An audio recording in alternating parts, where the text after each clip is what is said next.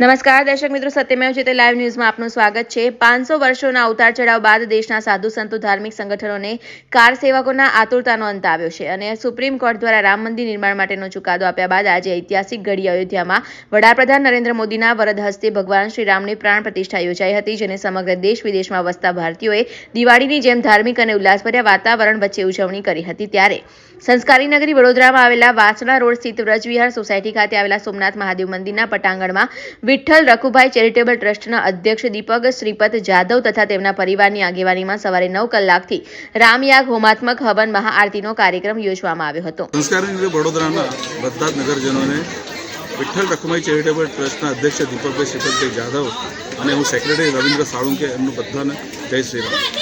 આજે અયોધ્યામાં રામ મંદિરના ઉદ્ઘાટન નિમિત્તે અને અયોધ્યામાં રામ મંદિરમાં શ્રી રામચંદ્ર ભગવાનની મૂર્તિની સ્થાપના નિમિત્તે અહીંયા વ્રજવિહાર સોસાયટી ખાતે વિઠ્ઠલ રખુભાઈ ચેરિટેબલ ટ્રસ્ટના અધ્યક્ષ દીપકભાઈ શ્રીપતભાઈ જાદવ એમના અધ્યક્ષતા તેમજ વ્રજવિહાર સોસાયટી અને આજુબાજુની સંતવિહાર સોસાયટી અને બધી સોસાયટીઓ મળીને અહીંયા સોમનાથ મહાદેવ મંદિર ખાતે અહીંયા યજ્ઞનું આયોજન કરેલું હતું।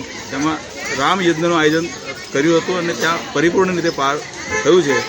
એ યજ્ઞમાં ડાકોરના યોગેશ મહારાજ જે પૂજારી છે એ પણ ઉપસ્થિત રહ્યા હતા, તેમજ વડોદરાના સુપ્રસિદ્ધ કીર્તનકાર અશોક મહારાજ પણ અહીંયા ઉપસ્થિત રહ્યા હતા અને બધાને આશીર્વાદ આપ્યા હતા।